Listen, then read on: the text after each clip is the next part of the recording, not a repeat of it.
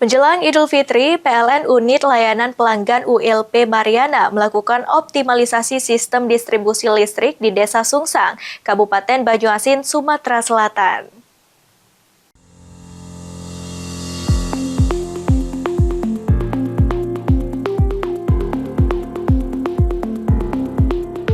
Dalam pekerjaan tersebut, PLN membangun jaringan baru sepanjang 1,2 km sirkuit untuk meningkatkan fleksibilitas manuver jaringan saat terjadi gangguan.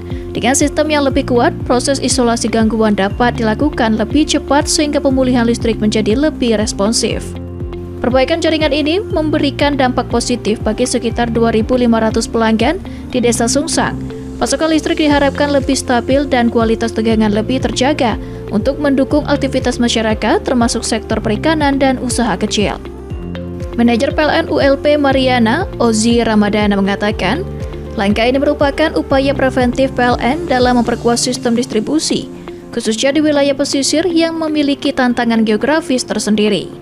Sementara itu, General Manager PLN UID S2JP Adi menegaskan PLN terus melakukan penguatan sistem kelistrikan guna memastikan pasokan listrik tetap andal menjelang Idul Fitri.